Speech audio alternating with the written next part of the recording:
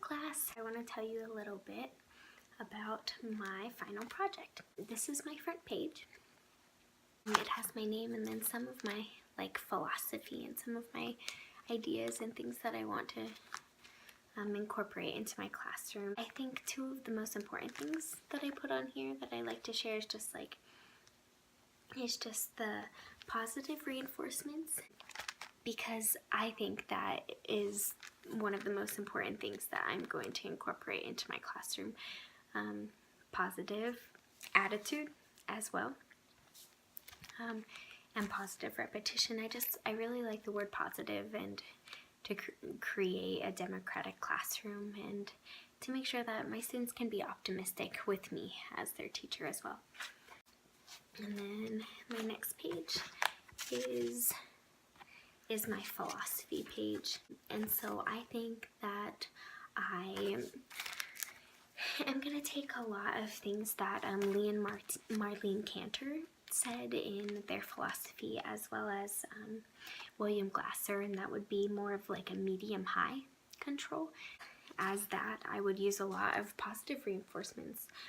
For example, I would praise students for doing things correctly. Like if one student is not paying attention, I would say thank you to another student that is, and then hopefully the students will be able to self-correct, and we'll also make rules together and make sure that we're a democratic classroom and a classroom of mutual respect as well, where the students have responsibilities for their own behavior, and the teachers have responsibilities to build trust with the students. So for my classroom foldable here, I had to split it into two because it was so long. But I think it's really important to have class jobs and to make sure that every student feels important in the classroom and like they have a part. So they're always participating. And I also did a little bit more research, and I found a couple quotes that I really liked about democratic classroom, and I'd like to share one that is by Sandra Parks, and it says, "Teach children what to think and you limit them to your ideas. Teach children how to think and their ideas are unlimited." And I think that's very important, because a classroom is about a mutual respect and democratically working together. And if I just want students to do exactly what I want to do all the time, then they're not going to be able to create their own thoughts and ideas in the classroom, and it will limit them, and I don't want that. And then the next page is my intentions for motivation page. So I want to use both intrinsic and extrinsic motivations, but as I said a little bit in my paper that we wrote about this, I'd like to use more intrinsic motivations, or at least start with extrinsic, as in rewards, and I'd like to create a system where students can earn points or stars, and if they get so many in a day, then they become a certain level, and then they get more privileges and rewards. But I'd like to start with that, but then slowly get away from that, because as intrinsic motivation says, students will be able to act out of pure enjoyment and satisfaction, and I really want that for my students. I want them to think that they're coming to school and actually be coming to school because they want to, and because they feel like that's where they should be, and not because they are just required to be there or just should be there, but because they want to. And so in that way, an intrinsic motivation that I would like to do is I would like to give students a lot of options. So I would give the students many options, for reading.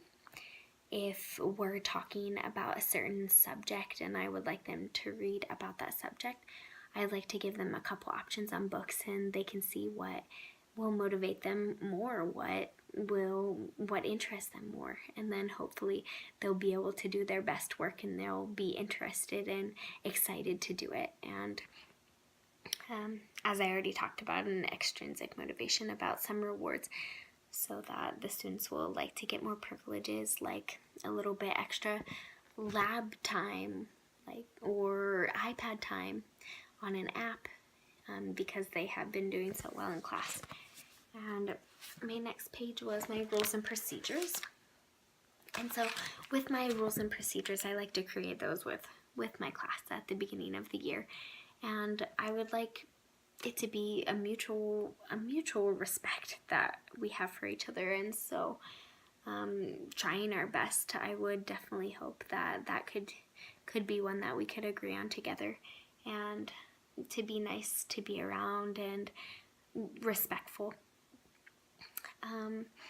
And then going on to the next page that talks about the procedures and the strategies, and positive report, which I think is very important in the classroom, as well as rules and procedures, because I'm a person, I really like structure, and so as like a high to medium control teacher, I'd like things to be in order, but also in a democratic way. So I'd like the students to help create that order and to help decide what that order will be.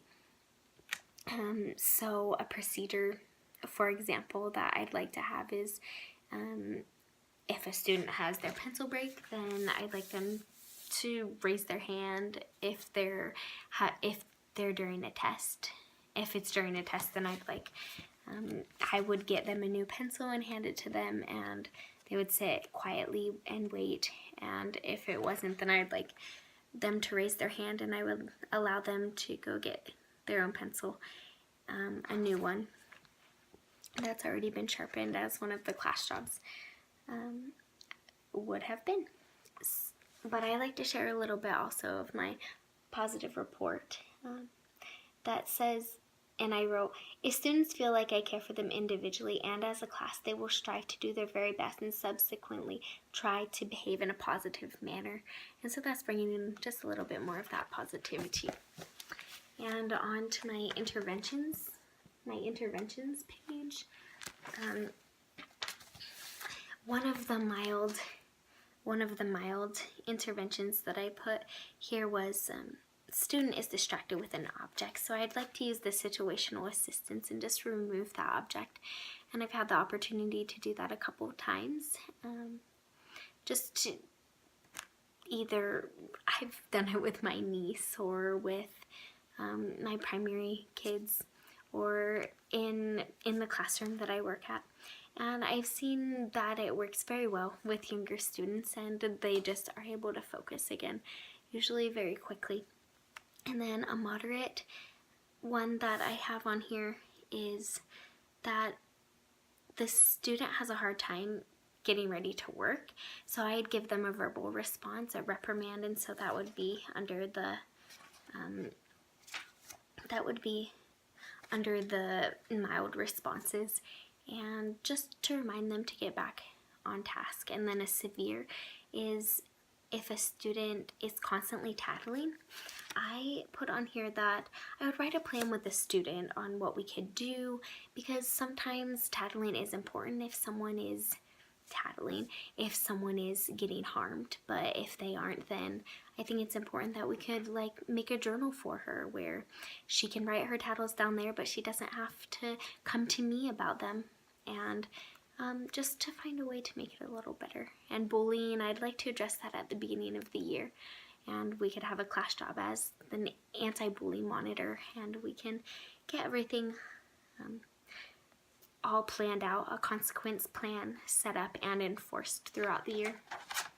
And then ending on my classroom map here, I think it's really important that I have my classroom set up the way it is so that I can see my students from every area of the room.